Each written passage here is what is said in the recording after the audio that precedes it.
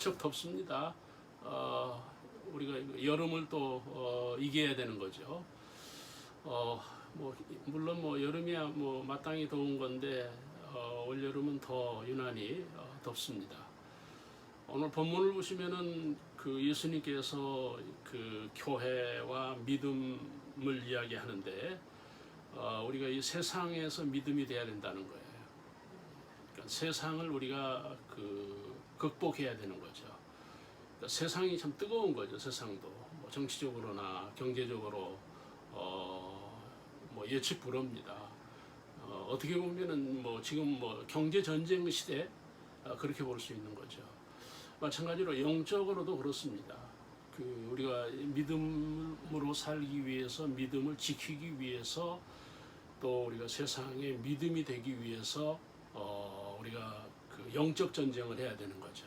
그러니까 영적 전쟁에 실패하면 결국은 교회가 실패하는 거 그렇게 되는 것이죠. 근데 이 본문을 보시면은 양을 이리에게 보낸 것과 같도다 그런 말씀을 하셨습니다.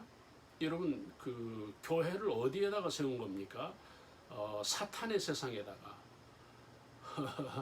또는 믿음의 사람, 보이지 않는 하나님의 사람들을 어디에 보내셨는가 하면은 이리 가운데, 그러니까 야생마죠.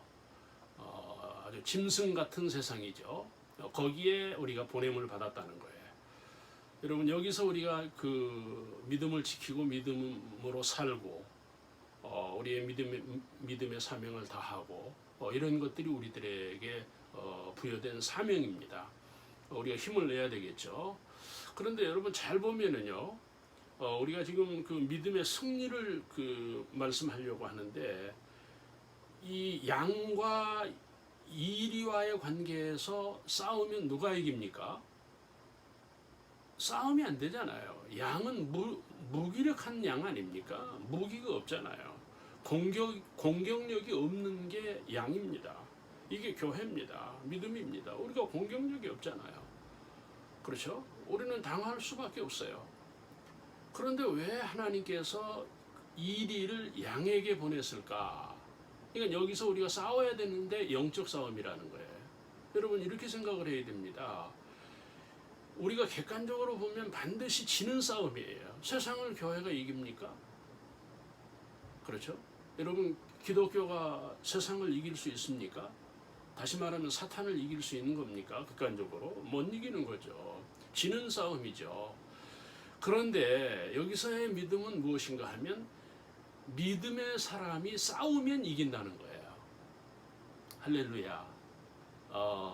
지는 게임이지만 상대가 안 되는 게임이지만 붙으면, 영적으로 붙으면 귀신도 이기고 사탄도 이기고 시험도 이기고 저 이리를 능히 정복할 수 있다는 거예요.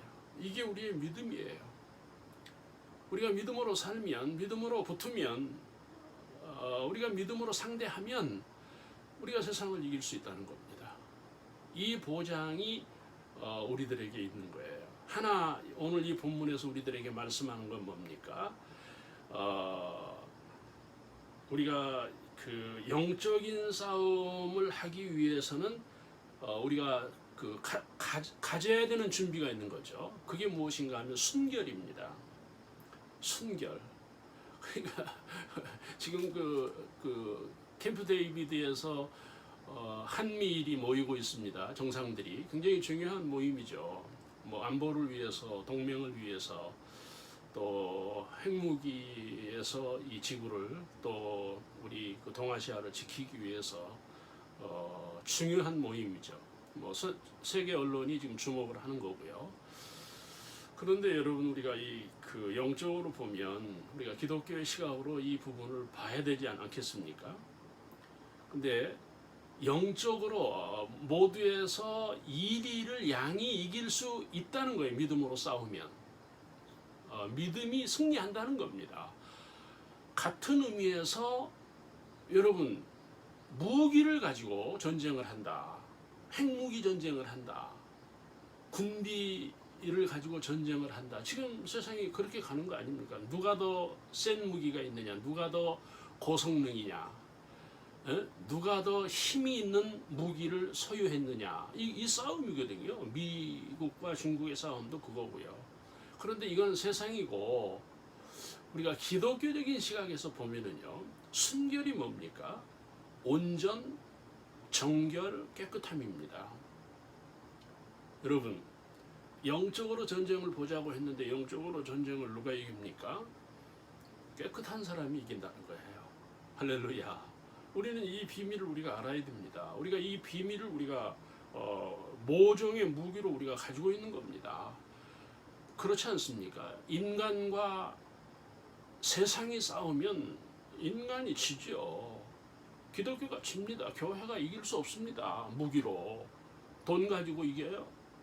여러분, 이 자본주의 시대에 돈 가지고 세상을 이길 수 있습니까? 그런 거 아니거든요.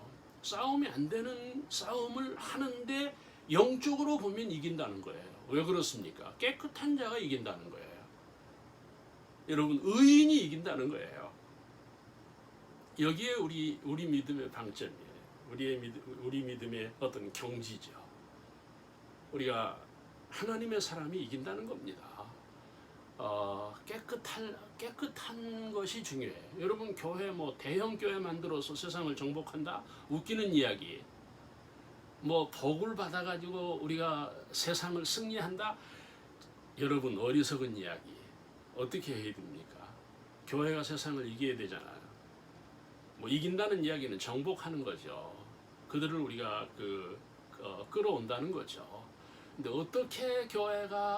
어떻게 기독교가 세상을 정복할 수 있느냐? 깨끗한 거예요. 깨끗한 교회예요. 큰 교회가 아니라는 거예요. 돈 많은 교회가 아니라는 거예요. 우리가 복을 많이 받아야 이긴다 아니에요. 여러분, 물질주의에서 교회가 힘을 잃고 있어요. 왜요? 물질주의 교회가 되기 때문에 그래요. 돈 가지고 돈이 힘이라고 생각하잖아요. 일정 부분 인정할 수밖에 없는 거죠. 그러나 영적으로 보면 돈으로 세상을 이기는 거 아닙니다. 그렇죠? 큰 무기 가지고 여러분 세상을 정복할 것 같습니까? 오늘 이 교회가 이런 어리석음에 있는 거예요. 기독교가 이런 참 유약한 생각을 하는 거예요. 순전하라는 거예요. 비둘기처럼. 그러니까요, 비둘기는 정말 능력 없는 게 비둘기잖아요. 힘이 없잖아요. 양도 그렇지만 비둘기도 그렇잖아요. 그런데 이긴다는 거예요. 순결하면 된다는 거예요. 여러분, 우리 교회가 어디로 가야 됩니까? 우리의 믿음이 무엇으로 가야 됩니까? 어떻게 승리합니까? 힘으로? 능력으로? 물질로? 핵무기로?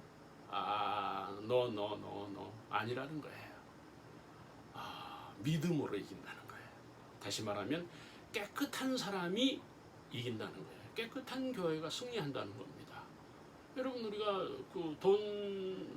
부여 국가, 강대 국가, OECD 국가가 되면서 교회가 약해진 거예요.